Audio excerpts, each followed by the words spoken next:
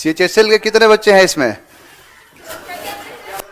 CHSL batch आ चुका है आप लोगों का, बहुत बड़ा डिमांड था।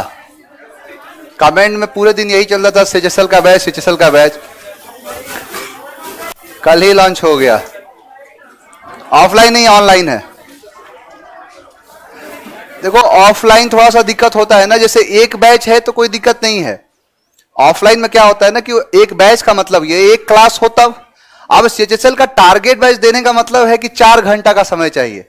से आप आए तो एक क्लास चलेगा मैथ्स का, फिर GS का, फिर इंग्लिश का, फिर रीजनिंग का, तो 4 घंटा डिस्टर्ब हो जाता है। जैसे मान के चलो कि अब ऐसा तो है नहीं कि सभी को इंग्लिश पढ़ना है, हो सकता है किसी को इंग्लिश पढ़ना है, किसी को नहीं पढ़ना है, किसी को रीजनिंग पढ़ना है, रीजनिंग नहीं पढ़ना है, तो फिर बैठा रह गया ना सुबह से आके, तो ये पूरा चेन खराब कर देता है। तो इसीलिए लाजमी नहीं है ऑफलाइन देना। ऑफलाइन खास करके जो फाउंडेशन होता है ना उसके लिए बहुत ज्यादा बेटर है। या फिर कुछ ऐसा है जिसमें 1-2 सब्जेक्ट आते हैं। अब 4 घंटा एक बार बैच दिए थे हम लोग CHSL का रिजल्ट यही हुआ कि जैसे किसी को नहीं पढ़ना है रीजनिंग, सपोज एक इंग्लिश नहीं पढ़ना है, अब इंग्लिश की क्लास पहले लग गई। अब प्रॉब्लम क्या होगी कि सुबह से आके बैठा हुआ है, अब जाएगा 3 घंटे बाद एक सब्जेक्ट पढ़ के, थोड़ा सा दिक्कत होता है। चलिए स्टार्ट किया जाए, बैठो जल्दी जल्दी बैठो जल्दी। सो के आते हो तुम लोग, बताओ टाइम दिख रहे हो?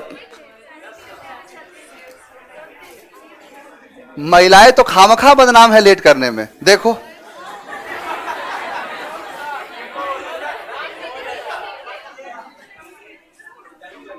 तुम लोग कम हो।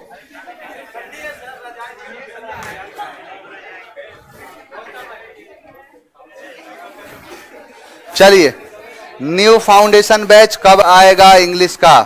Please tell me sir. आएगा, जल्दी आ जाएगा। अब तो खैर अब जल्दी ही आएंगे जितने हैं। चलिए स्टार्ट करते हैं। पहले आप देखो ईमानदारी से बंद करना, इस बार CHSL में एक बार फिर से हाथ उठाना, कितने लोग हैं? ऑलमोस्ट है। इस बार मैक्स टू मैक्स सिलेक्शन निकालना है। यहां से 25 क्वेश्चन आता है अंग्रेजी का ना, 25 का 25 सही होगा। 25, लेकिन मेंस भी तो है उसमें, तो मेहनत करना पड़ेगा बढ़िया से। तो मेहनत में तो हमारे पीछे रहने वाले हैं नहीं, सब क्रांतिकारी है सब। चलिए स्टार्ट करते हैं। देखो इडियम्स एंड फ्रेजेस, पहला वर्ड है बैड माउथ। बैड माउथ का मतलब होता है कि दूसरों के बारे में बुरा बोलने वाला। नहीं होता है कोई कि किसी के बारे में हमेशा जब देखो तब मुंह से बुरा ही बोलेगा, तो उसे कहते हैं बैड माउथ, यानी क्रिटिसाइज टू समवन, किसी को बुरा भरा बोलना, किसी की अवहेलना करना, किसी की निंदा करना, वही कहलाता है बैड माउथ। देखो बैड का मतलब ही होता है बुरा। अब ये ईडीएम में यूज हो गया है तो कहीं ना कहीं नेगेटिव देगा ये। अब जैसे मैंने कहा बैड माउथ, तो अब आपको यही तो सीखना है कि अगर शब्द जो इस्तेमाल किया है बैड, बुरा इस्तेमाल किया है, तो कहीं ना कहीं इसका जो अल्टीमेट मीनिंग आएगा वो नेगेटिव आना है। अब ये निकल गया सेंस। तो बैड माउथ का मतलब होता है दूसरों के बारे में बुरा बोलना, जो दूसरों के बारे में बुरा बोलता है। अब देखो चेंज थोड़ा सा कर रहा हूं, बैड की जगह पर गुड कर दिया, दूसरों के बारे में अच्छा बोलना, यानी किसी के बारे में जो बुरा बोल रहा है, किसी के बारे में जो अच्छा बोले, गुड माउथ कर दो। तो बैड माउथ का मतलब हो जाएगा दूसरों के बारे में बुरा बोलना। नेक्स्ट वर्ड है हेन पैक्ड हस्बैंड।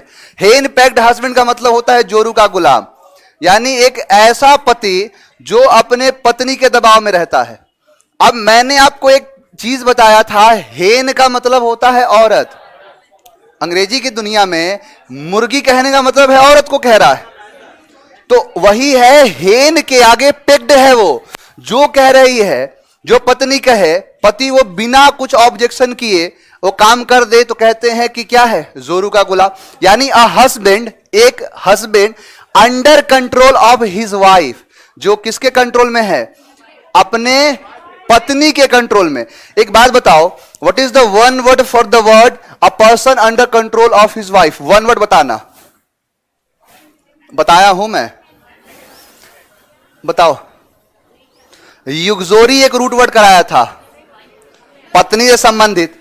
युगजोरी साइड का मतलब होता है पत्नी की हत्या। युगजोरी एक रूट वर्ड, ये वेरी गुड, यही है। युगजोरी एक रूट वर्ड है पत्नी के लिए, और कहते हैं युगजोरियस है। यानी युगजोरियस का मतलब होता है कि जो उसके कंट्रोल में रहे, मीकनेस कहा जाता है। तो वही है हेन पैक्ड हस्बैंड। अब जैसे पत्नी पति को कहती है कि जल्दी से मुर्गी बन जाओ, पति बन जाएगा। तो हेन के आगे पैक्ड है, यानी जोरू का गुलाम है। नेक्स्ट वर्ड है आपका डाई अ डॉग्स डेथ, यानी कि डाई अ डॉग्स डेथ का मतलब क्या है? देखो, डाई का मतलब मरना, ए मतलब एक, डॉग मतलब कुत्ता, कुत्ते की मौत। नहीं, तुम्हें कुत्ते की मौत मारूंगा, यानी बहुत बुरी मौत मारूंगा।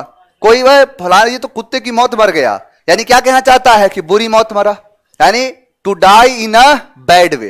जैसे कोई नॉर्मली जैसे आदमी चला है, चलो अलग बात है, लेकिन किसी को तड़पा तड़पा के, जैसे आपने देखा होगा हिटलर वाली कहानी, यानी यहूदियों को एक कमरे में बंद करके जहरीली गैस छोड़ता था। अब बताओ, ऐसी मौत समझ सकते हो कितना बुरा लगता होगा। उसी को कहते हैं डाई या डॉग्स डेथ, यानी कुत्ते की मौत मरना। बेसिकली इसको इसलिए लिया गया है क्योंकि जो कुत्ता होता है अपने मरने के समय में बहुत बुरे से बुरे समय देख चुका होता है, यानी उसका शरीर जो होता है बहुत अलग तरीके से ही काम करता है। तो डाई या डॉग्स डेथ का मतलब होता है बुरी मौत, मरना। नेक्स्ट वर्ड है आपका क्लोज सेव।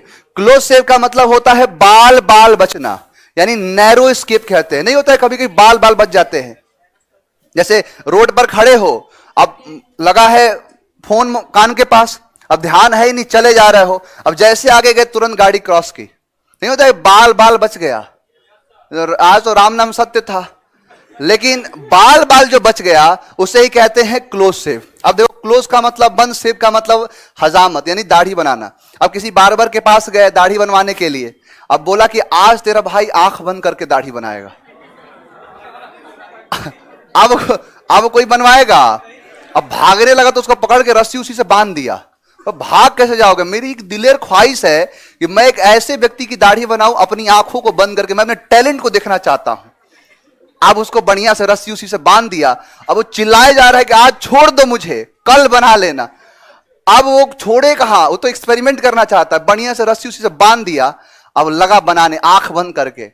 लास्ट में जब देखा कि नहीं अब जो सही सलामत बच गया हूं, तो बोला लो देख लो शीशे में तुम सही सलामत हो। तब उसके बाद उसने कहा कि बाल बाल आज बच गया, मरने से बच गया। तो क्लोज सेव का मतलब क्या हो जाएगा? बाल बाल बचना, नैरो स्केप करना। नेक्स्ट वर्ड है नैरो बेड। नैरो बेड का मतलब होता है कब्र। नैरो बेड का मतलब होता है ग्रेव, जैसे नहीं होता है दफनाने का। देखो, दो शब्द होते हैं, दोनों चीजों एक साथ बता रहा हूं। एक होता है सिमिट्री कहते हैं, एक सिमिट्री होता है कब्रिस्तान। कब्रिस्तान सिमिट्री का मतलब यह है कि जहां पर जैसे जो मरने के बाद दफनाया जाता है, और एक ऐसी चीज है जहां पर दफनाने की प्रथा नहीं है, जलाने की प्रथा है, उसे मॉर्चुरी कहा जाता है। तो दोनों शब्दों को याद रखना। मॉर्ट का मतलब होता है मरण, जैसे मैन इज मोर्टल नहीं कहते हैं, मैं अब किसी को कह दिया अमोर्टल या इमोर्टल, जो मरे ही ना, तो ऐसे ही मॉर्ट मतलब होता है मरने से। तो मॉर्चुरी जहां मरे हुए लोगों को जला दिया जाता है उसे कहते हैं मॉर्चुरी, और सिमिट्री का मतलब होता है मरे हुए लोगों को दफना देना। तो वही है आपका नैरो बेड। नैरो बेड का मतलब क्या है? कब्र। नैरो का मतलब होता है संकीर्ण, यानी कसा हुआ। जैसे ये रास्ता क्या है? नैरो है, तो ये क्या है? कसा हुआ है, यानी बहुत ज्यादा स्पेस नहीं है। और नैरो बेड कहां होता है? कब्र में। तो ऐसा तो है नहीं कि कोई मर गया तो उसका अब डबल बेड पर सो रहा था, अब तो जहां दफनाया गया वहां भी डबल बेड तो बनाया नहीं जाएगा। जितना में वो अट सके, जितना हो जाए बस उतना ही बनाना है। तो नैरो बेड का मतलब होता है ग्रेव, कब्र को कहते हैं। नेक्स्ट वर्ड है गो बस्ट। गो बस्ट का मतलब होता है दिवालिया हो जाना, इंसॉल्वेंट हो जाना। देखो, कल एक क्वेश्चन आया था आपके सामने कि एक व्यक्ति जो अपने कर को चुका नहीं सकता है, इंसॉल्वेंट कहते हैं। लेकिन एक क्वेश्चन पूछता है कि what is basic difference between insolvent and bankrupt. Insolvent और बैंकरप्ट में अंतर क्या है? क्योंकि कई जगह पर जब क्लोज टेस्ट दोगे ना, तो क्लोज टेस्ट में क्वेश्चन पूछता है बैंकरप्ट में और इंसॉल्वेंट में फर्क दिखा के। वहां पर इंसॉल्वेंट भी मिलेगा और बैंकरप्ट भी मिलेगा। देखो, insolvent is the first step for the person who is unable to pay his debt, यानी जो इंसॉल्वेंसी जो होती है वो एक इंसान के लिए पहली स्टेज है कि वो अपने पैसे नहीं दे सकता है। एग्जाम्पल समझो, अपने दोस्त को दिया 10,000 रुपए, अब दोस्त है, अब दे ही नहीं रहा, अब दे नहीं रहा, बोला कहां से दे, रहेगा तब तो देंगे। अब बोला कि किडनी बेच दो, फिर बोला ना, अब बोला कि दे नहीं सकता है।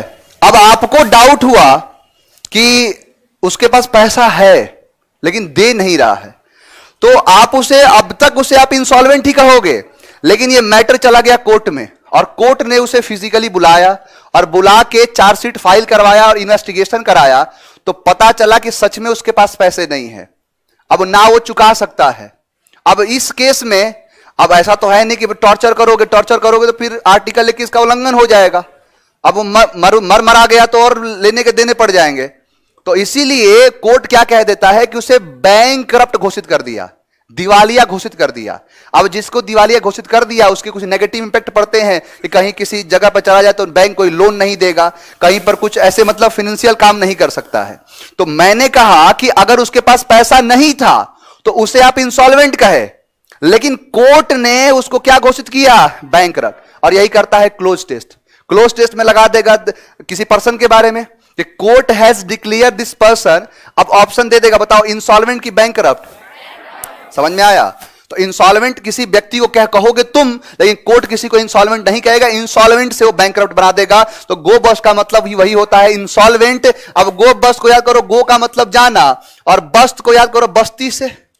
तो बस्ती, जैसे बस्ती का मतलब होता है कि जैसे कहीं पर छोटी मोटी जगहों पर ऐसे नहीं होता है, कच्चा मकान बना के जो रहते हैं उसे बस्ती कह सकते हैं।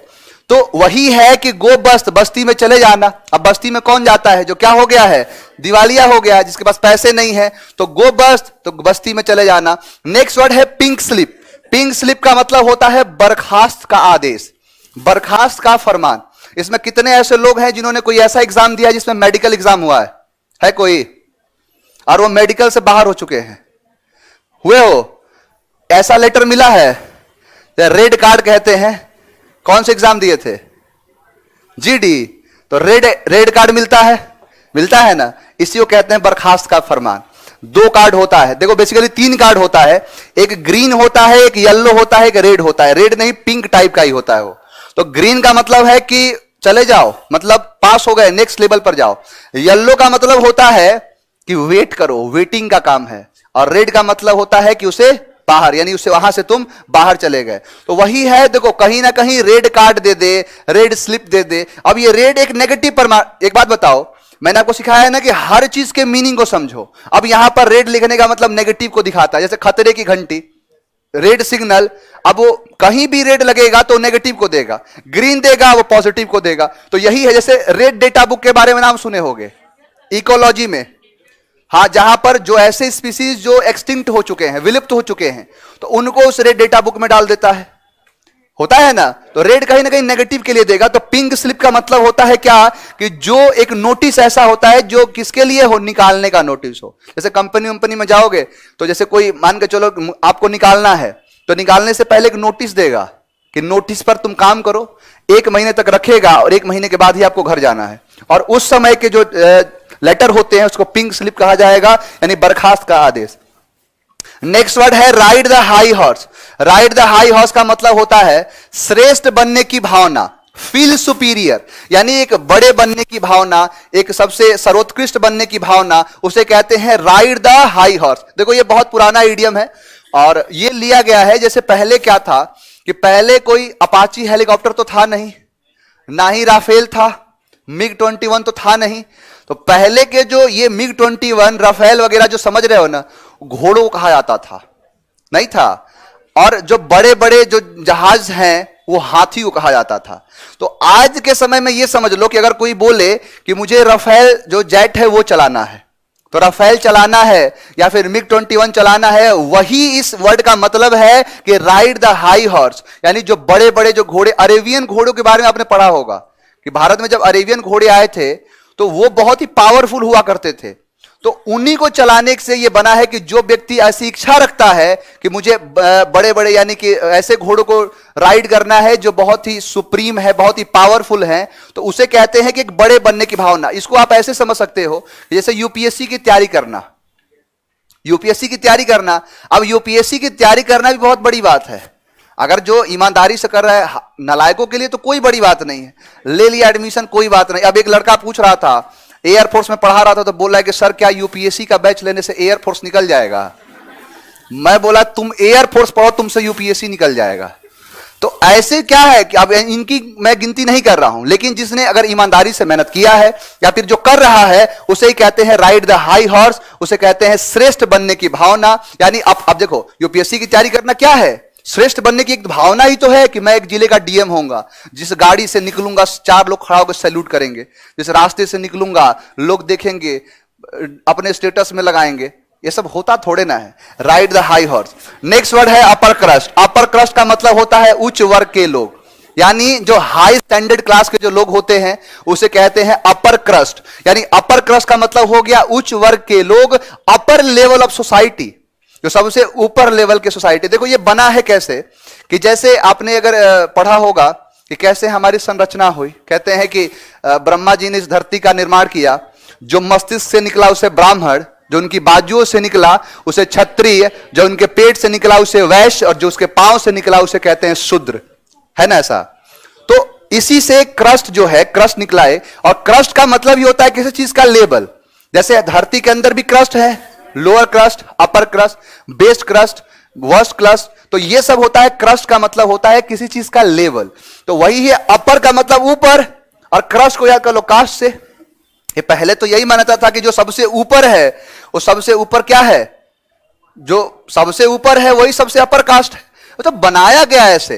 अब बोला कि तुम लोग ये काम करो, जो शूद्र लोग हैं वो क्या करे, खेती बाड़ी करते रहे, जो वैश्य लोग बनिया लोग हैं, और सभी लोग। अब देखो ये सब काम किसके लिए करेंगे? देखो शूद्र काम कर रहा है किसके लिए? तो इसके वैश्य के लिए, क्षत्रिय के लिए, ब्राह्मण के लिए। अब यहां पर वैश्य किसके लिए काम कर रहा है? तो क्षत्रिय के लिए, ब्राह्मण के लिए।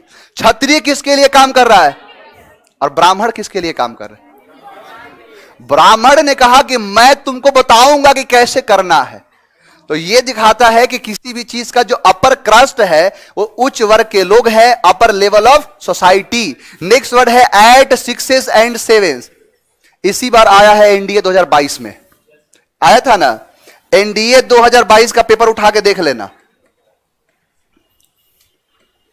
2022 का सेकंड पेपर की बात कर रहा हूं, उसी में क्वेश्चन पूछा है 8, 6 एंड 7। इसीलिए तो लड़का बोलता है कि सर जब भी एग्जाम में बैठते हैं, एग्जाम के सामने आपका चेहरा दिखता है, दिखेगा नहीं। अब सारा क्वेश्चन यही से आएगा। तो 8, 6 एंड 7 का मतलब होता है कि किसी भी चीज में अस्त व्यस्त हो जाना, तितर वितर हो जाना। इसको हिंदी में कहते हैं तितर वितर। इसका मतलब यह है इन डिसऑर्डर। ऑर्डर का मतलब क्रम, डिसऑर्डर का मतलब क्रम में नहीं। तो इन डिसऑर्डर और कंफ्यूजन, यानी कंफ्यूजन। अब जैसे मान के चलो, अब इसी में इस क्लास को देखो कितना यानी ऑर्डर में बैठे हुए हैं। अब क्या होता कि एक वहां बैठा होता, एक ऊपर चढ़ के बैठा होता, एक उधर होता, एक नीचे से घुस के ऐसे पढ़ के देख रहा होता। अब ये ऑर्डर है। तो इसी कहते हैं 6 एंड 7, यानी तितर वितर हो जाना, कोई गायब हो जाना। अब सब लोग अपना अपना जगह ढूंढ लेते, कहां लटकना है, कहां से पढ़ना है, नहीं होता। तो वही है। तो इसे ही कहते हैं 8, 6। जैसे सर की क्लास है, कितना भी करा लो, कितना भी सुसज्जित ढंग से करा लो, ऑर्डर में करा लो, बैठेगा ही बैठेगा यहां पे। कोई उधर से जाके देखेगा, दिखने कुछ नहीं रहा है, लेकिन फिर भी उसको कुछ करेगा, देख रहा है। तो ये होता है किसी भी चीज में, जब आप तितर वितर का मतलब है कि जब आप ऑर्डर में नहीं होते हो, उसे ही कहते हैं 8, 6 एंड 7। यानी तितर वितर होना, इन डिसऑर्डर होना, उसे ही कहते हैं। आगे बढ़ो। अब बताओ, बैड माउथ और गुड माउथ। अच्छा, वो हेन पैक्ड हस्बैंड। अच्छा, मुझे इससे एक इडियम याद आ रहा है, hen party.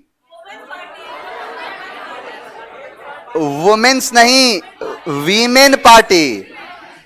Die a dog's death, यानी बुरी मौत मरना। Close shave, narrow bed, go bust, दिवालिया हो। Pink slip, ride the high horse, upper crust, at 6 and 7। तितर वितर होना। अब एडियम्स का धीरे धीरे कुछ समझ में तो आ रहा है ना। देखो ईडीएम मैं जो भी ये कराता हूं कोई नहीं कराता, सब लोग पीडीएफ के भरोसे जीते हैं, और एग्जाम में देखो तो लेवल बढ़ रहा है इसी का। चलिए बहुत दिन से आपका सिनोनिम भी रुका हुआ था, सिनोनिम भी देख लेते हैं। यहां पर है डिसमल, डिसमल का मतलब होता है उदास, डिप्रेस्ड परेशान। अब उदास के लिए बहुत सारे शब्द आते हैं, डिप्रेस्ड, मोरोज, अनहैप्पी, ग्लूमी, डिस्कॉन्सोलेट, डिजोलेट, बहुत सारे शब्द आते हैं। अब डिजोलेट करा दिया हूं, और डिजोलेट मतलब होता है जो दुखी है, उदास है, मोरोज है। अब कहते हैं डिसमल, डिसमल का मतलब क्या होता है, उदास। अब कोई व्यक्ति है यूपीएससी की तैयारी कर रहा है, अब यूपीएससी की तैयारी करने वाले को बोला कोई डेसिमल का सवाल पूछा। अब डेसिमल का सवाल पूछने का मतलब है, बोला कि बताओ 1 को 2 से भाग देंगे कितना होगा। अब डेसिमल में गलती कर दिया। अब डेसिमल के सवाल पूछने से अगर उससे नहीं हुआ, उसको बुरा भला सुनाया तो डिसमल हो गया, यानी डेसिमल का सवाल नहीं आया तो क्या हो गया, डिसमल हो गया, उदास हो गया, दुखी हो गया, डिप्रेस्ड हो गया, डिस्प्रेशन में चला गया। नेक्स्ट देखो डेंटी, डेंटी का मतलब होता है आकर्षक, अट्रैक्टिव, यानी काफी अट्रैक्टिव हो, लुभावना हो, अपेलिंग हो, उसे ही कहते हैं डेंटी। देखो अट्रैक्ट का मतलब पता है आपको, ट्रैक्ट का मतलब होता है खींचना। जैसे पृथ्वी के अंदर जो ग्रेविटी है वो किसी चीज को ट्रैक्ट करती है, अट्रैक्शन दिखाता है, क्योंकि देखो ट्रैक्ट से बना है ट्रैक्टर, यानी वो स्पेशली खींचने के लिए होता है। और इसी से सारे शब्द बनते हैं, जैसे रिट्रैक्ट, पीछे की तरफ खींचना। जैसे रिट्रैक्ट होता है, जैसे गाड़ियों के अंदर देखोगे ना तो रिट्रैक्ट सर्विस दिया रहता है। जैसे पहाड़ उहाड़ जहां होता है 4x4 की गाड़ी होती है, 4x4 जिसे कहते हैं, उसमें रिट्रैक्ट पावर होता है कि जैसे गाड़ी चली। अब होता क्या है कि बहुत सी गाड़ी आती है 4x4 की, तो वहां पर क्या होता है, 4x4 का मतलब यह है कि चारों के चारों व्हील में पावर है, किसी के सहारे नहीं। जैसे बाइक वगैरह क्या होता है ना कि आगे कुछ नहीं होता है, पीछे वाला उसको आगे की तरफ ढकेलता है। ऐसे गाड़ियों में भी होता है कि पीछे पावर दे देता है, आगे पावर दे देता है। तो यही क्या है कि जितनी गाड़ियां होती हैं उनके अंदर ये पावर दिया होता है कि कहीं पहाड़ पे चल रहा है। अब आप क्या किए हो कि आप ब्रेक लगाए हुए हो, लेकिन जब तक ब्रेक नहीं छोड़ोगे तब तक गाड़ी आगे कैसे बढ़ेगी। तो जब गाड़ी आगे बढ़े तो ब्रेक छोड़ना पड़ेगा, और जैसे ब्रेक छोड़ते हो ना तो गाड़ी पीछे की तरह जाती है। तो इसी से एक्सीडेंट होता है पहाड़ों पे, तो उसी को रोकने के लिए रिट्रैक्ट पावर दिया होता है, क्योंकि ट्रैक्ट का मतलब ही होता है खींचना, और उसी से बना है अट्रैक्ट, यानी जो कोई भी चीज किसी को जब खींचती है उसे अट्रैक्ट कहते हैं, इसीलिए आता है अट्रैक्शन। अब वही है डेंटी, तो डेंटी को याद करो, दिन में आंटी, दिन में आंटी कैसी लगती है, अट्रैक्टिव। ये सब याद कराने के लिए है, तो दिल पे तुम लोग मत ले लेना। अट्रैक्टिव का यानी डेंटी, दिन में आंटी, दिन में आंटी देखो कितनी अट्रैक्टिव लग रही है। नेक्स्ट वर्ड है डिफाल्केशन, डिफाल्केशन का मतलब होता है घोटाला, जैसे चारा घोटाला, 2G घोटाला। तो अब घोटाले का अंग्रेजी क्या कहोगे, करप्शन नहीं। अब फिर यहां करना है 2G डिफाल्केशन, चारा का डिफाल्केशन। तो ये डिफाल्केशन का मतलब होता है घोटाला, यानी फ्रॉडलेंट है, जिसे कहते हैं कि क्या जो घोटाले के लिए दिखाता है। अब देखो डिफाल्केशन को याद करो डिफाल्टर से, यानी जो डिफाल्टर होते हैं क्या करते हैं, डिफाल्केशन करते हैं। डिफाल्टर का मतलब पता है, जैसे जो लोग पैसा ले लिए नहीं दिए या फिर किसी भी चीज में चोरी कर ली, उसको डिफाल्टर कहते हैं। बैंक उन्हें डिफाल्टर घोषित कर देता है। जैसे बैंक के टर्म में आप पढ़ोगे ना इकोनॉमिक्स, तो उसमें ये सारी चीजें पढ़ने को मिलती है, डिफाल्टर क्या होता है। जैसे आता है एनपीए, पढ़े हो, नॉन प्रॉफिटेबल एसेट्स, यानी कुछ बैंक एनपीए निकालता है। बैंक निकालता है कितने ऐसे बैंक्स हैं जिन्होंने पैसा लोगों को दिया और वो पैसा नहीं ले पाया। जैसे बैंक के, जब इकोनॉमिक्स तुम लोग पढ़ लिया करो, इकोनॉमिक्स में आता है एसेट्स और लाइबिलिटीज। तो जो भी जो पैसा आप दिए हो, पैसे के बदले कुछ और पैसा है, वो आपके लिए एसेट्स है, और जो पैसा दिया फिर उसके लिए पैसा देना पड़े वो लाइबिलिटीज है। तो बैंक जो पैसा देता है इंटरेस्ट लेता है, तो बैंक के लिए वो एसेट्स है, आपके लिए लाइबिलिटीज है। तो इसीलिए जो पैसा नहीं ले पाया तो कहते हैं कि नॉन, जो नहीं ले पाया, प्रॉफिट नहीं ले पाया एसेट्स का, तो वही कहलाता है क्या, एनपीए। और उसी सब में आता है डिफॉल्टर क्या होता है, कैसे कोई जैसे इंसॉल्वेंट कैसे बनता है, जो आपका बैंकरप्ट कैसे बनता है। तो ये सारी चीजें इकोनॉमिक्स में पढ़ी जाती हैं। तो डिफॉल्टर का मतलब वही होता है जो घोटाला करता है। तो डिफॉल्टर लोग क्या कर देते हैं, डिफाल्केशन कर देते हैं, घोटाला कर देते हैं। आगे बढ़ो, नेक्स्ट वर्ड है डिलैपिडेटेड। डिलैपिडेटेड का मतलब होता है जर्जर अवस्था। देखो ये हर चीज का, देखो ये जो लेवल है ना, जैसे कोई भी चीज चल रही है लेकिन एक ऐसी अवस्था में पहुंच गई है जो ये कहता है कि नहीं, अब इससे अब ऊपर नहीं जा सकता, जर्जर अवस्था में चल गया। जैसे मान के चलो ये है अपना पाकिस्तान, अपना ही है, अपना बेटा है, ये बेटा, ये है चाइना। अब ये है नहीं अपना, अपने ही है। अब नालायक निकल गए तो बात ही अलग है, पड़ोसी है। अब देखो ये है पाकिस्तान, अपना नालायक पुत्र। अब ये गया चाइना के पास और जाके बोला कि इतना पैसा दे दो, ये कर लूं वो कर लूं, मैं भी थोड़ा भारत को समझा सकूं। चाइना ने इसे पैसा दिया और इस प्रकार से इसे बर्बाद किया कि अब इसकी हालत ऐसी हुई कि भीख मांगने के लिए कटोरा नहीं है। अब ये क्या बोला, चाइना के पास जाके बोला कि दिल जिस डेट पर आपसे आया, जीवन डिलैपिडेटेड हो गया। देखो ध्यान से, कह रहा है कि दिल जिस दिन से, यानी जिस डेट से आप पर आया है, हमारी पूरी की पूरी, पूरा का पूरा देश, हमारी पूरी अवस्था कैसी हो गई है, डिलैपिडेटेड, जर्जर अवस्था में चली गई है। ध्यान देना, ये जो डिलैपिडेटेड है एक लेवल है ये दिखाने का कि जैसे कोई घर है, मान के चलो घर है, तो आप कैसे होते, पुराना सा घर है, टूटा फूटा सा घर है, लेकिन एक ऐसा घर जो पूरा जर्जर है। जैसे देखते हो कि छत है कोई, तो छत का ऐसा हाल है कि अब गिर जाएगा, अब गिर जाएगा। कोई एक पत्थर फेंक दो तो पूरा छत गिर जाएगा, उसे ही कहते हैं डिलैपिडेटेड अवस्था में है। यानी दिल जो है जिस डेट से आप पर आया, जीवन डिलैपिडेटेड हो गया, जर्जर अवस्था में चला गया, यानी डिकेड हो गया। जैसे घर देखो, ये घर देखो, अब ये लग रहा है कि अब गिर जाएगा, एक पत्थर फेंक के मारो तुरंत टूट के गिर जाएगा नीचे। तो ये है क्या, डिलैपिडेटेड का अवस्था, जो एकदम जर्जर अवस्था में चला गया है। नेक्स्ट देखो, नेक्स्ट है डिफॉर्म। डिफॉर्म का मतलब होता है बिगाड़ देना, डिफॉर्म का मतलब होता है डैमेज कर देना। आपको एक ट्रिक दिया था कि डी जिसके साथ लगेगा उसको नेगेटिव करेगा, हमेशा याद रखना इस चीज को। अब जैसे कभी भी यहां पर डिफॉर्म है, 4 ऑप्शन देगा, 2 ऑप्शन ऐसा देगा जो पॉजिटिव होगा, तुरंत काट देना। यहां पर है डिफॉर्म का मतलब होता है क्या, किसी चीज को बिगाड़ देना, तहस नहस कर देना, डैमेज कर देना, वही कहलाता है डिफॉर्म। देखो फॉर्म का मतलब होता है बनाना, इसी जाता है फॉर्मेशन, जो चीज फॉर्मेशन हो गया। तो फॉर्म मतलब बनाना, और डी कर दो उल्टा, यानी बनाने का उल्टा क्या हो गया, बिगाड़ना, यानी डैमेज कर देना, बर्बाद कर देना। नेक्स्ट वर्ड है डिसमेंबर। डिसमेंबर का मतलब होता है, ध्यान से देखना, टुकड़े टुकड़े करना, यानी किसी चीज का टुकड़ा टुकड़ा करना, उसे कहते हैं डिसमेंबर कर देना। देखो मेंबर का मतलब होता है जोड़ना, किसी चीज को कनेक्ट करना, और डिस का मतलब अपोजिट, यानी अलग अलग कर देना, काट देना। जैसे देखते होगे कि कुछ सामान लेके आए, अब घर में 2 भाई हैं, 3 भाई है, पापा सामान लेके आए, उसको काट काट के सब में बांट देंगे। अब यही परंपरा चलता है किसी के अंदर, तो आगे चले कुछ और काट देते हैं, डिसमेंबर कर देते हैं। यानी किसी चीज को टुकड़ों में काट देना, वो चाहे कुछ भी हो, किसी भी कोई भी चीज हो, उसे टुकड़ों में काटने को क्या कहते हैं, डिसमेंबर कर देना, यानी टुकड़ों टुकड़ों में काट देना। अब डिसमेंबर को याद करो दिसंबर से, दिसंबर आ रहा है अभी 31 दिसंबर। अब देखना कितने मुर्गे होंगे जो कटेंगे, मुर्गा खाने वाला बोल रहा हूं, कटेंगे ना। तो वही है, दिसंबर में डिसमेंबर किया जाता है, काटा जाता है। यानी काटने का मतलब है किसी चीज को अलग अलग टुकड़ों में काट देना, बांट देना, उसे क्या कहते हैं, डिसमेंबर कहते हैं, अलग अलग कर देना। नेक्स्ट वर्ड है डिस्पेयर। डिस्पेयर का मतलब होता है उदास।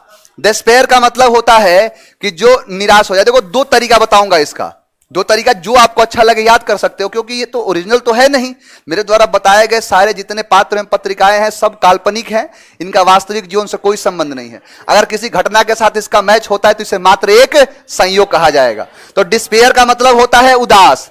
एक बात बताओ, आप जब भी पढ़ो, जब डी से शब्द देखना आगे आए तो तुरंत एक्टिवेट हो जाना कि सर नेगेटिव है नहीं। अब देखो ग्ली का मतलब होता है खुश, कभी खुश होगा, हैप्पी होगा। 90% चांस बनता है कि इसका 90% तो बोल देता हूं, कोई ये ना कहे कि सर ये देखो क्वेश्चन, ये तो बता देता हूं 100% ये मान के चलना कि नेगेटिव ही बनाएगा। अगर पॉजिटिव होगा तो आपको आता होगा। डिस्पेयर का मतलब होता है उदास, सैड। आप देखो पेयर समझते हो, ऐसे जोड़ा, जैसे पेयरिंग होता है, ऐसे बीटी से, ब्लूटूथ से, जैसे ब्लूटूथ डिवाइस से पेयरिंग करते हैं। अब क्या हुआ कि ऐसे गाड़ी वाड़ी में जा रहे थे कहीं पे, अब आदत होती है कि गाड़ी किसी की हो, गाना अपना चलना चाहिए, नहीं होता। बारात हो चाहे कहीं भी, तुम बारात में पहुंच रहा है तुरंत, ऐसे नहीं जा पाओगे। यहां कहना यह कि बारात हो चाहे कुछ भी हो, जैसे कहीं घूमने जा रहे हो तो नहीं मन करेगा कि हम बजाएं गाना। गाड़ी किसी का, तुम गाड़ी चलाओ, गाड़ी वाले हो कोई बात नहीं, हम गाना जो चलेगा वो मैं ही चलाऊंगा। कुछ तो लड़ाई कर लेता है, ये नहीं ये चले। तो अब वहां पर ब्लूटूथ से पेयर कर रहा है। कभी कभी क्या होता है ना कि ब्लूटूथ ऑन है, एक इधर खड़ा है एक इधर खड़ा, अब दोनों फास्ट लग जाएंगे, कौन पेयर कर लेता है, कौन पहले पेयर बना ले रहा है। अब जैसे वो चाह रहा था तब तक इधर the Bluetooth device is connected, अब वो क्या हो जाएगा, उदास। यानी पेयर नहीं हुआ तो क्या हो गया, डिस्पेयर हो गया, उदास हो गया। दूसरा तरीका यह है कि देश पर जब भी कोई प्रॉब्लम आती है तो सभी लोग क्या हो जाते हैं, उदास हो जाते हैं, सैड हो जाते हैं। नेक्स्ट वर्ड है डिमिनिश। डिमिनिश का मतलब होता है कम होना, डिक्रीज होना। कोई भी चीज कम हो जाना, डिक्रीज होना, उसे कहते हैं डिमिनिश। अब डिमिनिश जैसे देखो, यहां से क्या हो गया, कम हो गया। मेन क्या है, देखो इसको ऐसे नापते हैं। अब बताओ, यहां से कम नहीं हुआ है, यानी माइनस में चला गया, तो डिमिनिश में दिखेगा माइनस, यानी माइनस में जाने का मतलब क्या है, कम होना, किसी भी चीज का कमी आना। तो माइनस मिनिश, तो माइनस से याद आएगा मिनिश, यानी डिमिनिश, तो डिमिनिश का मतलब क्या हो जाएगा, कम होना। नेक्स्ट वर्ड है आपका डिमेंट। डिमेंट का मतलब होता है पागल बनाना, डिमेंट का मतलब होता है मैनिक कर देना, अब इसे कहते हैं डिमेंट। अब जैसे क्या होता है ना कि शादी के बाद जो पत्नियां होती है पति से एक ही शिकायत करती है, अगर लव मैरिज हो तो कहती है कि शादी से पहले तो बहुत सारे वादे थे, वीकेंड पे मूवी देखने का, साथ में खाना खाने का, कैंडल लाइट डिनर करने का, चुनाव का प्रचार जैसा। हाँ वही समझ सकते हो कि जैसे चुनाव के प्रचार में बहुत सारे वादे होते हैं कि देश में ये आएगा, अच्छे दिन आएंगे, गैस सिलेंडर का दाम 100 रुपए में मिलेगा, पेट्रोल 30 रुपए में मिलेगा। तो वही हाल है कि वादे बहुत सारे थे। देखो मैं वास्तविक जीवन बताता हूं, मैं देखा हूं इतना, एक मामा मामी है मेरे, उन लोगों में इसी बात को लेकर झगड़ा हमेशा होता रहता है। अब मैं जब कभी चला जाऊं तो यही सुनने को मिलता है कि बहुत बोले थे शादी से पहले ये होगा वो होगा, अब यही हाल होता है हमेशा। अब क्या हुआ कि बोला कि तुम्हें वादा था कि चलो लेके जाएंगे, नहीं ले गए। अब ये पति को ये बात चुभ गई। अब एक दिन क्या हुआ कि पति उठा, बोला चलो आज तुम्हें मूवी दिखाएंगे, मैकडी में बर्गर खिलाएंगे, डोमिनोज का पिज्जा खिलाएंगे। अब बोले वाह ऐसी बात, 2 मिनट में तैयार होके आती हूं। अब क्या हुआ कि 10 बजे निकलना था, रात के बज गए 8 और 2 मिनट खत्म नहीं हुआ। बार बार पूछ रहे चलोगे 2 मिनट, चलोगे 2 मिनट। तो 2 मिनट करते करते क्या कर दी, डिमेंट कर दी। यानी देखो यहां पर है दे और यहां पर है मिनट, तो मिनट को याद करो, मिनट को याद करो मिनट से, तो 2 मिनट करके डिमेंट कर दिया, यानी क्या बना दिया, पागल बना दिया। नेक्स्ट देखो, नेक्स्ट है डिस्ट्रेस। डिस्ट्रेस का मतलब होता है तनाव, यानी स्ट्रेस से भी याद कर लोगे। ऐसे स्ट्रेस का मतलब क्या होता है, मानसिक पीड़ा, तनाव, स्ट्रेस है। तो डिस्ट्रेस का क्या हो जाएगा, स्ट्रेस। यानी स्ट्रेस आदमी को क्या कर देता है, डिस्ट्रेस देने का काम करता है। तो स्ट्रेस से क्या आता है, डिस्ट्रेस आता है, तनाव आता है, एंजाइटी आता है। इसमें तो कुछ खास है नहीं, डिस्ट्रेस में खुद ही स्ट्रेस दिख रहा है। स्ट्रेस का मतलब क्या हो जाएगा, तनाव। देखता हूं याद हुआ कि नहीं, बताओ। डिसमल, बहुत बढ़िया तैयारी। डेंटी, आकर्षक। डिफाल्केशन, घोटाला। डिलैपिडेटेड, अर्जर अवस्था। डिफॉर्म, बिगाड़ देना। डिसमेंबर, काट देना। Despair, diminish. माइनस में जाने का मतलब क्या है, डिमेंट। और डिस्ट्रेस, तनाव। कोई भी चीज, एक भी शब्द है जो याद ना हुआ, सारे शब्द याद हो चुके होंगे। ऑनलाइन वालों का अलग ही चलता है। पूजा आप सच में गर्ल ही हो ना,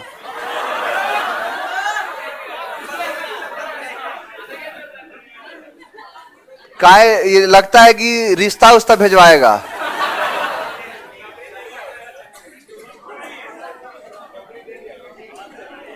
काहे भाई, नहीं होगा तो क्या करोगे, गोली मार दोगे। यही सब आगे चल के यही करता है ना। बोलेगा कि मान के चलो नहीं कुछ हुआ तो शादी की बात हुई, अब शादी तो किसी और से होगा ही होगा, तुम्हारे सहारे थोड़े बैठी रहेगी। और फिर शादी जब होने के बाद तो बोलेगा कि शादी में तुम्हारी रसगुल्ला चुराएंगे बन के वेटर का, और आएगी जब बारी जयमाला का तो तार काट देंगे जनरेटर का। अब बताओ,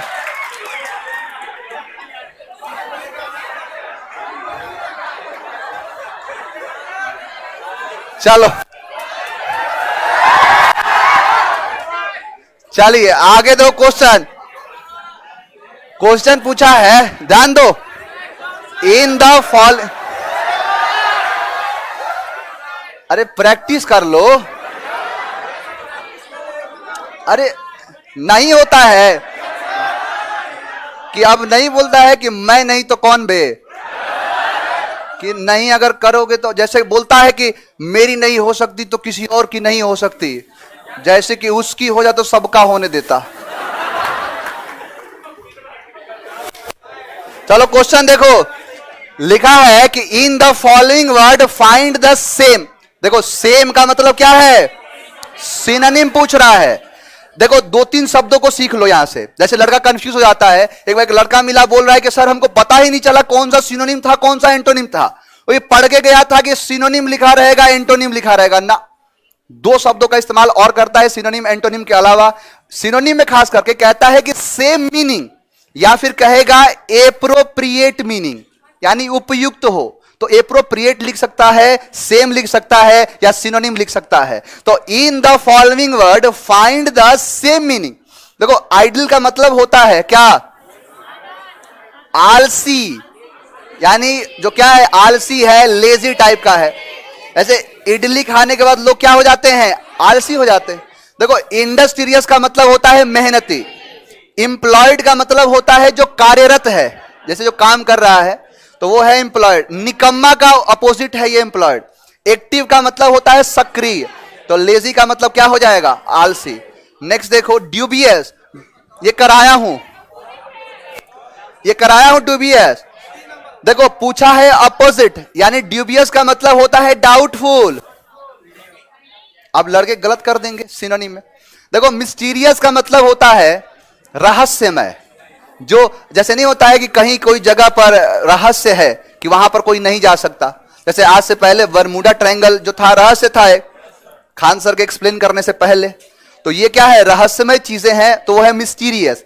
हैजार्डस का मतलब होता है जो खतरनाक हो। सर्टेन का मतलब निश्चित, यानी ड्यूबियस है डाउटफुल, सर्टेन क्या है कि जो फिक्स है, निश्चित है। नेक्स्ट वर्ड है कि in the following question a group of words given find the suitable one word. One word कह रहा है तो something no longer in use. देखो अब ध्यान दो, ये बताओ डीजोलेट का मतलब उदास, डीजोलेट उदास हो जाएगा, वन वर्ड पूछा है। एब्सोल्यूट का मतलब होता है पूरा, एब्सोल्यूट पावर होता है। देखो प्रीमिटिव का मतलब होता है प्राचीन, प्राचीन। देखो ये खास करके बहुत ही अच्छा शब्द है, ये लोग इसको गलत यूज कर देते हैं। प्रिमिटिव का मतलब होता है कि one who follow the usual roof of the person who belongs to back, मतलब बैक एंड, या फिर जो पुराने लोग हैं, एंशियंट पीपल, जो ये मानता है कि जैसे हमारे पुराने लोग हैं, परंपराएं जो हैं, तो वो परंपराएं जैसी रही हैं, जो पुराने लोग चाहते थे वैसी ही जिंदगी जीना, उसे कहते हैं प्रिमिटिव, प्राचीन है ये। जैसे प्राचीन का मतलब ये समझ सकते हो कि जैसे आजकल के लोग क्या है कि थोड़ा सा अंग्रेजी जानते हैं तो अंग्रेजी में दिस डैट दिस दोस करेंगे, करते हैं ना। लेकिन कुछ ऐसे लोग होते हैं कि जो अपने आप में बहुत इंटेलेक्चुअल हैं, बहुत अच्छी चीजें, मतलब वो ऐसा है कि अमेरिकन के सामने अमेरिकन इंग्लिश बोल सकते हैं, लेकिन जब किसी गांव के लोग से मिलेंगे तो बड़े विनम्र होकर बात करेंगे। भोजपुरी में अगर आता है तो भोजपुरी में बात करेंगे, मैथिली आता है तो मैथिली में बात करेंगे, नहीं भी आता है तो कोशिश करेंगे कि बोल पाए। तो इसे कहते हैं प्रिमिटिव। प्रिमिटिव का मतलब होता है प्राचीन। दूसरा, जैसे देखे होंगे कि गांव में, खास करके गांव में क्या होता है कि जैसे कोई फेस्टिवल, ऐसे होली होता है, तो होली के त्योहार में देखते होगे कि वहां पर एक म्यूजिक वगैरह चलता रहता है। हाँ, गाना नहीं होता है, वो इंस्ट्रूमेंट का इस्तेमाल करते हैं। हाँ, तो वही चीज है कि जैसे क्या होता है ना कि जो अपनी यूजुअल जो रिचुअल जो चीजें हैं पुरानी, उनके साथ जो बना रहा है उसे प्रिमिटिव कहते हैं। प्री मतलब होता है पहले, तो पहले की जितनी भी चीजें हैं उसे प्रिमिटिव कहा जाता है। जैसे लोग चले जाओगे ना तो लोग बोलते हैं अलग अलग भाषाओं में, यू आर प्रिमिटिव, तुम प्राचीन हो, देहाती हो, उसे कहते हैं प्रिमिटिव। ऑब्सोलेट का मतलब क्या होता है? जो पुराना है, आउटडेटेड है, वही क्या है? ऑब्सोलेट। ऑब्सोलेट का मतलब क्या हो जाएगा? पुराना। आगे बढ़ो। नेक्स्ट है determine the correct spelling. Correct किया है। एग्जाम्पल, उदाहरण। अब तो दूसरा कोई है, ये तो छोटा मोटा सवाल है। नेक्स्ट कहता है फ्लॉगिंग अ डेड हॉर्स। अब फ्लॉगिंग अ डेड हॉर्स का मतलब होता है कि मरे हुए घोड़े को मारना। देखो, repeating our request, making him see reason, beating about the bush, wasting time in useless effort. यानी कोई ऐसी चीजों में अपना समय गंवाना जिसका रिजल्ट कुछ आने वाला नहीं है, जिसका रिजल्ट कुछ आएगा ही नहीं, उसे कहते हैं फ्लॉगिंग अ डेड हॉर्स। अब देखो ये क्वेश्चन जरा देखना। Hema Malini is known as queen. अब देखो, पहले सुनो मेरी बात ध्यान से। ये तो क्वेश्चन कर लोगे, लेकिन ये जो तरीका जो समझा रहा हूं उसको समझना। देखो यहां पर क्या लगा है? ए। अगर यहां पर ए लगा है, इसका मतलब कि इसके बाद जैसे एप्पल होता तो ए नहीं होता।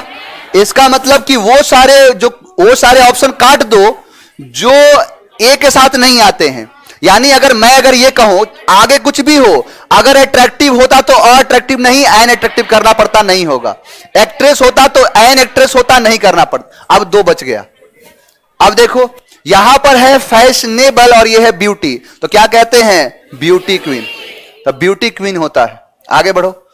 आई एम सॉरी द मिस्टेक, तो I am sorry from with for, के लिए। जैसे मैं बहुत शर्मिंदा हूं गलती के लिए, तो के लिए क्या होगा? For the mistake. Next word है देखो PQRS। सॉल्व करो। CGL का मेंस का क्वेश्चन है ये, सॉल्व करो इसे। ये बहुत अच्छा क्वेश्चन लगा मुझे। सी होगा, सी। कर लो एक बार। आगे बढ़ते हैं। एक बात बताओ, देखो इसमें पहले PQRS को समझाने से पहले यह समझ लो कि ये ऑप्शन स्टेबल है और ये ऑप्शन स्टेबल है, इसमें कोई चेंज नहीं होना है। इसके बाद जो भी पेयर बनेगा वो इसके साथ कनेक्ट होना चाहिए। यानी ये सेंटेंस की शुरुआत कर दिया है। एक बात बताओ, सेंटेंस ये है और एक सेंटेंस अगर ये बोल रहे हो तो दो सेंटेंस अगर एक साथ लगा रहे हो, दो सेंटेंस अगर एक साथ लगाओगे तो बिना कंजंक्शन का लगेगा नहीं। It is true that we are not, या वी अगर बोल रहे हो it is true we are born, तो ये गलत होगा क्योंकि जोड़ने के लिए कोई कंजंक्शन चाहिए। सेंटेंस क्या होता है? सब्जेक्ट के बाद वर्ब, वर्ब के बाद ऑब्जेक्ट, सब्जेक्ट के बाद वर्ब, वर्ब के बाद ऑब्जेक्ट। अब इन दोनों को जोड़ना है तो जोड़ने के लिए क्या आएगा? कंजंक्शन। कंजक्ट का मतलब होता है मिलन स्थल, मिलाना, तो ये मिलाने के लिए कंजंक्शन देना पड़ेगा। तो यही चीजें पता होनी चाहिए कि इट इज ट्रू। अब कोई ना कोई कंजंक्शन चाहिए, कंजंक्शन है दैट, यानी सेंटेंस की शुरुआत आर से होगा। बाकी कट गया, दो बच गया, 50-50 खेल सकते हो।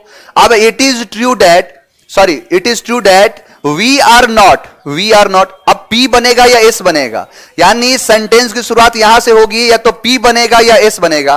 We are not born to be happy but, या फिर we are not to seek happiness, we are not born to be happy, यानी R के बाद P, ऑप्शन नंबर A। अब C कैसे बोल रहे थे तुम लोग? दैट, इससे सेंटेंस की शुरुआत करना चाहते थे, वी आर बॉर्न से, इसको छोड़ दिए थे। बहुत बढ़िया तैयारी। नेक्स्ट देखो, there is no place in the compartment. देखो कहते हैं कि जगह नहीं है, सीट नहीं है, खाली नहीं है, वैकेंसी नहीं है, कमरा नहीं है, सीट। जैसे ट्रेन में जाओगे और ट्रेन में सीट नहीं रहेगा तो नो सीट नहीं लिखेगा। इसके लिए एक फ्रेज ही आता है नो रूम, यानी नो रूम का मतलब है जगह नहीं है, सीट नहीं है, खाली नहीं है, वैकेंसी नहीं है, कुछ भी अगर नहीं है तो उसके लिए ना ही प्लेस होगा, ना सीट होगा, ना स्पेस होगा। क्या फ्रेज आता है? No room. तो नो रूम का इस्तेमाल किया जाएगा। नेक्स्ट है कि the sceneries of Kashmir. Scenery का सीनरीज, ऑप्शन नंबर ए। यानी ERI वाले शब्द बहुत सारे थे, कटलरी, पोइट्री, सीनरी, या फिर और भी बताया था, जैसे फर्नीचर हो गया, ज्वेलरी हो गया, मशीनरी हो गया। ऐसे शब्दों का प्लूरल नहीं बनाया जाता है, क्योंकि ये अकेले नहीं मिलकर बने होते हैं, ये बनते हैं अलग अलग चीजों से। आगे बढ़ते हैं। नेक्स्ट कहता है every boy and every girl. देखो ईच, एवरी, आइदर, नाइदर, ये चार शब्द अपनी आंखों से देख लो, समझ लेना सिंगुलर होगा। अब ये सिंगुलर है तो वर्ब जो है सिंगुलर होगा। अब टेंशन हो रहा है, अब जो नए आए हैं उनको टेंशन हो रहा होगा, क्योंकि पढ़े नहीं है ये। जैसे एवरी हो, ये प्रोनाउन का टॉपिक है, जो प्रोनाउन में बताया हूं। अब जो नया बैच आएगा उसमें डिटेल से पढ़ाऊंगा कि ईच, एवरी, आइदर, नाइदर। अब देखो यहां भी समझ लो कि चार शब्द होते हैं जिसे डिस्ट्रीब्यूटिव वर्ड्स कहा जाता है। ईच, एवरी, आइदर, नाइदर, चार शब्द या प्रोनाउन यूज करो या एडजेक्टिव यूज करो, कहीं भी यूज करोगे सिंगुलर यूज करोगे, सिंगुलर के अलावा कुछ नहीं होगा। क्या?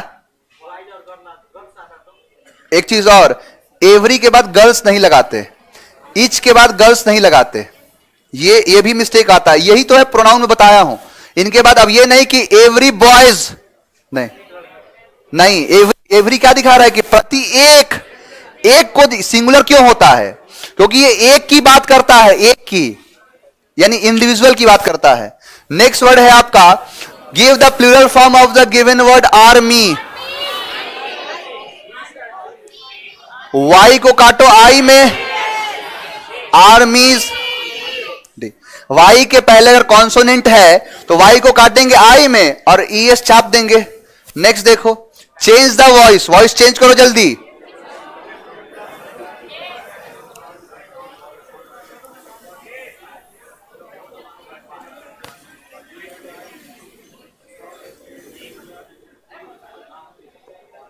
हो गया, बना लिए। क्या है ऑप्शन? ए में कितने, हाथ उठाओ। बी में कितने हैं, और सी में, और डी में। तुम लोग इतना ऐसा मिस मैनेजमेंट कैसे? तूफान क्वेश्चन है क्या? आओ देखते हैं। दे कुक्ड, अब कुक्ड क्या है? चाहिए वॉज वर, तो चारों में वॉज है ना, इसीलिए परेशान थे, इसीलिए। अब ये कुक्ड का है, V3 होगा तो सेंट कहां से आ गया? कुक्ड ही होगा, कुक्ड का तो कुक्ड ही होगा ना। जैसे मैंने कहा Ram Yeats mango, Ram Yeats a mango, तो ईट का ही तो अटेंड करोगे। तो ये लिखा है दे कुक्ड फूड, तो कुक्ड का ही तो V3 होगा, तो सेंट, सेंट कहां से आ गया? अब तो दो कट ही गए। अरे एक नहीं काम किया तो दूसरा तो जाएगा ही जाएगा। आगे बढ़े, the food was cooked and Saint by them. यहां ऑर्फनेज, ऑर्फनेज को छोड़ दिया, यानी ये तो वो बात हो गई कि कहा कि ये काम करना, बारात आया कहीं पर, बोला कि ये मिठाई बारातियों को दे आओ, तो बारातियों को भूल गया, मिठाई कहीं और चला गया। यानी कह रहा है कि ऑर्फनेज, ऑर्फनेज के लिए है, तो ऑर्फनेज के लिए क्या होगा? डी। चलो इतना बिदक क्यों जाते हो, थोड़ा सा क्वेश्चन देख लिया बड़ा तो आ जाओ। डायरेक्ट, इनडायरेक्ट,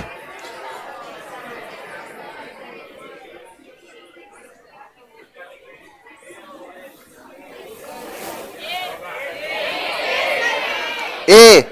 चलो देखो, ये भी है पास्ट में और ये भी है पास्ट में। अब ये पास्ट का मतलब है V2, इसका मतलब जाएगा हैड प्लस V3 में, जाएगा ना। पास्ट को हैड प्लस V3 में भेजते हैं। इसमें है, इसमें भी, इसमें है और इसमें है, यही दो है ना। अब देखो, अब देखो कि he said I saw her the day before yesterday, तो द डे बिफोर यस्टरडे का क्या किया है? द डे वो बिफोर यस्टरडे कर दिया है, तो क्या होगा? 2 days बिफोर, तो 2 days बिफोर होता है। द डे बिफोर यस्टरडे क्या हो जाएगा? 2 days बिफोर, क्योंकि बताया था। देखो ये है आज का दिन, ये है यस्टरडे, और ये है क्या? The day before yesterday.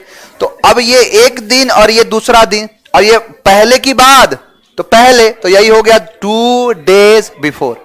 बताओ यहां तक किसी को प्रॉब्लम है? कोई डाउट? एक और क्वेश्चन है, determine the noun form of the word given bellow.